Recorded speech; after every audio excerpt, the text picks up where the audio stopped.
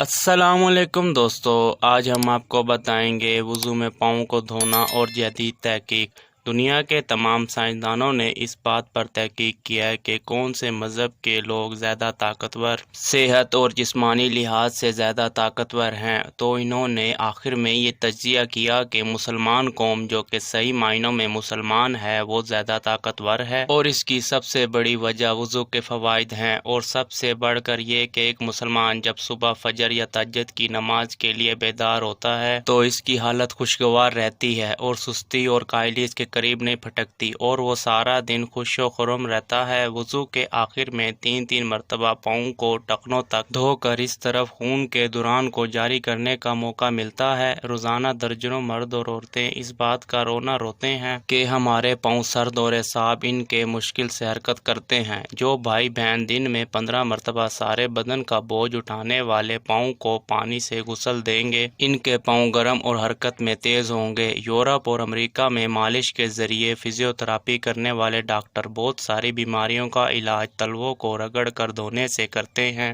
یوں تمام بیماریوں کی شدت میں کمی ہو جاتی ہے، مثلاً دمہ، بواسیر، فالج، خون کی کمی، نمونیا وغیرہ جیسی موذی بیماریاں اسی سلسلے میں آتی ہیں۔ اب اسلام نے دن میں 15 دفعہ پاؤں دھونے اور انگلیوں کے خلال کا حکم دیا ہے تاکہ کسی قسم کا کوئی جراثیم اٹکا نہ رہ جائے۔ پاؤں کو دھونے کی وجہ سے بے شمار امراض کا خاتمہ بھی ہوتا ہے، مثلاً ڈپریشن، بے چینی، بے سکونی، دماغی خشکی اور نیند کی کمی جیسے مہلک امراض ختم ہوتے ہیں۔ دوستو، اگر ویڈیو اچھی لگی ہو تو لائک کریں، چینل کو سبسکرائب کریں، اپنا خیال رکھیے گا۔ ملتے ہیں نیکسٹ ویڈیو میں۔ اللہ حافظ۔